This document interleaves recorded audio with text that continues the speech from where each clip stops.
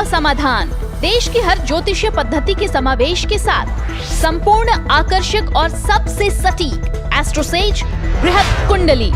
आज अभी लें, क्योंकि भविष्य में ही छिपे हैं जीवन के संकेत। जय श्री गणेशाय नमः। दोस्तों, स्वागत है आप सभी का दुनिया के नंबर 1 ज्योतिष यूट्यूब चैनल एस्ट्रोसेज टीवी पर। आज इस वीडियो में हम बात करेंगे चंद्र ग्रहण के बारे में। जी हाँ, आप सोच रहे होंगे कि अभी तो सूर्य ग्रहण गया नहीं कि हम चंद्र ग्रहण की बात करने लगे।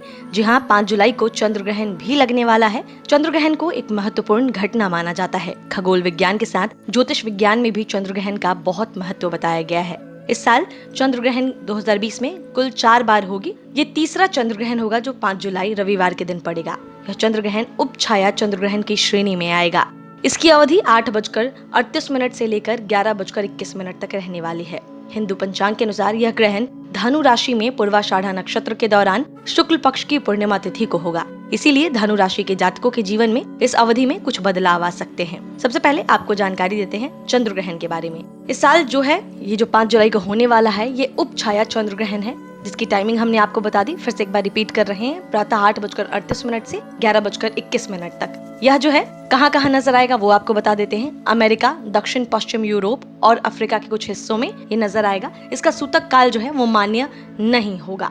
इसके बाद 30 नवंबर को भी है एक चंद्र ग्रहण जो आने वाला है। बाकी 2 चंद्र ग्रहण हो चुके हैं, यानी इस साल जो कुल 4 चंद्र ग्रहण थे, जिनमें से 2 गुजर चुका है और 2 आने वाले हैं। 30 नवंबर को जो चंद्र ग्रहण होगा वो भी उप छाया चंद्र ग्रहण होगा। इसके जो टाइमिंग है वो भी आपको बता देते हैं। ये दोपहर के 1:04 से लेकर शाम के 5:22 तक होगा। ये कहाँ कहाँ दिखेगा ये आपको बताते हैं। एशिया, ऑस्ट्रेलिया, प्रशांत महासागर और अमेरिका के कुछ हिस्सों में दिखेगा ये चंद्र ग्रहण जो 30 नवंबर को लगेगा। इसका भी सूतक काल मान्य नहीं होगा।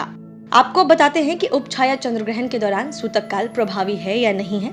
उप छाया चंद्र ग्रहण के दौरान सूतक काल प्रभावी नहीं होता है, ऐसा देश के कुछ ज्योतिष जो है के विद्वान मानते हैं। हालांकि वहीं एक दूसरा मत भी है जो यह मानता है कि चंद्र ग्रहण में सूतक प्रभावी होता है। ऐसे में अगर आप भी सूतक काल में विश्वास रखते हैं तो जान लीजिए कि इस दौरान आपको किन किन कामों को करने से बचना है, यानी सूतक के दौरान आपको कौन कौन से वो काम है जो नहीं करने हैं। यूँ तो सूतक काल में भगवान की पूजा वर्जित मानी जाती है, लेकिन सलाह दी जाती है कि इस दौरान आपको अपने इष्ट देव का ध्यान रखना चाहिए। अगर सूतक चंद्र ग्रहण का है तो इस समय चंद्रमा से संबंधित मंत्रों का जाप करें, और अगर सूर्य ग्रहण का सूतक है तो इस तरह सूर्य मंत्रों का जाप करना फलदायी होता है। अगर आप आध्यात्मिक क्षेत्र में प्रगति करना चाहते हैं तो ग्रहण के सूतक के दौरान आपको योग या ध्यान करना चाहिए। कौन से वो काम हैं जो आपको भूल कर भी नहीं करने चाहिए सूतक के दौरान, वो आपको बता देते हैं। क्योंकि पिछले वीडियो में बहुत सारे लोगों ने ये कहा था कि हमें वो चीजें बताइए जो सूतक के दौरान नहीं की जाती हैं। सूतक काल के दौरान भोजन नहीं बनाना चाहिए। इस समय भोजन ग्रहण भी नहीं करना चाहिए, और अगर भोजन पहले से बन चुका है तो उसमें तुलसी के पत्ते डालकर रख देना चाहिए। इस दौरान शौचालय जाने से भी बचें।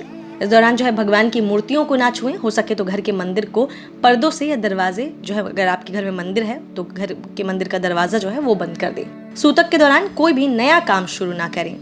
इस चंद्र ग्रहण को कैसे देख सकते हैं ये आपको बताते हैं, क्योंकि बहुत सारे लोगों में जिज्ञासा होती है कि हम कैसे ग्रहण को देख सकते हैं। अमूमन तौर पर चंद्र ग्रहण को देखने के लिए आपको किसी विशेष सावधानी बरतने की जरूरत नहीं होती। सूर्य ग्रहण के समय में हमें बहुत सावधानी रखनी होती है, लेकिन चंद्र ग्रहण के समय में ज्यादा सावधानी नहीं बरतनी होती है। चंद्र ग्रहण पूरी तरह से सुरक्षित माना जाता है, इसीलिए आप इसे नंगी आंखों से भी देख सकते हैं। हालांकि अगर आपके पास टेलीस्कोप है तो आप उसकी मदद ले सकते हैं। इससे यह नजारा जो है आपको कई गुना खूबसूरत नजर आएगा। उप छाया चंद्र ग्रहण को देखने के लिए आपको खास सोलर फिल्टर वाले चश्मे की मदद लेनी पड़ेगी, क्योंकि इसी से आप उस चंद्र ग्रहण को देख सकते हैं। क्या होता है चंद्र ग्रहण? वैसे तो सभी लोग जानते हैं कि चंद्र ग्रहण क्या है, लेकिन हम आपको फिर भी बता देते हैं थोड़ा आपकी जानकारी के लिए, जिन लोगों को नहीं पता उनके लिए।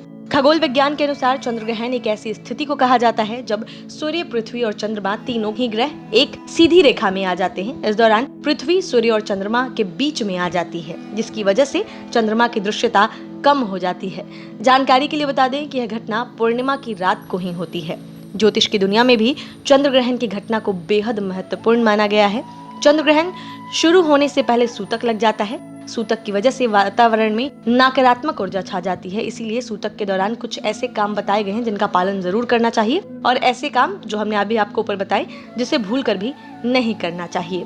सूतक काल क्या होता है बहुत सारे लोगों के मन में यह भी सवाल आता है कि हर जगह जब भी चंद्र ग्रहण या कोई सूर्य ग्रहण लगता है तो लोग सूतक की बात करते हैं। तो सूतक क्या है ये जान लीजिए। चंद्र ग्रहण या सूर्य ग्रहण जो है लगने से पहले सूतक लग जाता है। हिंदू धर्म के अनुसार माना जाता है कि सूतक एक ऐसा समय होता है जो ग्रहण से पहले लगता है और इस दौरान कोई भी शुभ काम करना वर्जित होता है। सूतक के दौरान मंदिर के कपाट भी बंद कर दिए जाते हैं और इस दौरान पूजा पाठ भी करने की मनाही होती है।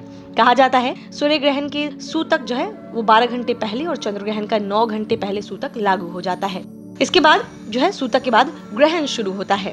ग्रहण समाप्त होने के बाद स्नान किया जाता है, घर और मंदिर की सफाई की जाती है, पूजा पाठ की जाती है और उसके बाद ही अन्य काम शुरू किए जाते हैं। ग्रहण के सूतक के दौरान इन बातों को खास तौर पर ख्याल रखना होता है। वैसे तो सूतक के दौरान हर किसी के लिए शुभ काम वर्जित होता है, लेकिन इस दौरान गर्भवती स्त्रियों को ज्यादा सजग रहने की सलाह दी जाती है। और पिछले वीडियो में आप लोगों ने कमेंट किया था कि जो है प्रेग्नेंट लेडीज को क्या नहीं करना है सूतक के दौरान, वो बताएं। मान्यता है कि सूतक के दौरान किसी भी गर्भवती महिला को घर से बाहर नहीं निकलना चाहिए, क्योंकि सूतक के समय वातावरण में नकारात्मक ऊर्जा होती है जिससे होने वाले बच्चे पर बुरा असर पड़ सकता है। इसके अलावा सूतक काल के दौरान किसी भी नए काम को करने से बचना चाहिए। किसी भी ग्रहण के दौरान खाना पीना मना किया गया है। हालांकि घर के अगर जो है बुजुर्ग हैं घर में या बच्चा है तो उन्हें खाना खिलाया जा सकता है, लेकिन इसके लिए आपको खाने में पहले से तुलसी का पत्ता डालकर रखने की सलाह दी जाती है। ग्रहण के दौरान आज भी कई जगहों पर खाना नहीं बनाया जाता। इसके अलावा सूतक के दौरान गर्भवती महिलाओं को चाकू, ब्लेड या कैंची जैसी कोई भी नुकीली चीज का इस्तेमाल नहीं करना चाहिए। दोस्तों, चंद्र ग्रहण जो है वो कुल 3 तरह के होते हैं। पहला चंद्र ग्रहण जिसे पूर्ण चंद्र ग्रहण कहा जाता है। पूर्ण चंद्र ग्रहण एक ऐसी स्थिति को कहते हैं जब पृथ्वी पूरी तरह से सूर्य को ढक लेती है और चंद्रमा पर सूर्य का थोड़ा भी प्रकाश नहीं पहुंच पाता। दूसरे चंद्र ग्रहण को आंशिक चंद्र ग्रहण कहा जाता है। आंशिक चंद्र ग्रहण ऐसी स्थिति होती है जब चंद्रमा और सूर्य के बीच पृथ्वी आ जाती है और इससे आंशिक रूप से पृथ्वी चंद्रमा को ढक लेती है, इसीलिए इसे आंशिक ग्रहण कहा जाता है। क्या होता है उपछाया चंद्र ग्रहण जो 5 जुलाई को लगने वाला है।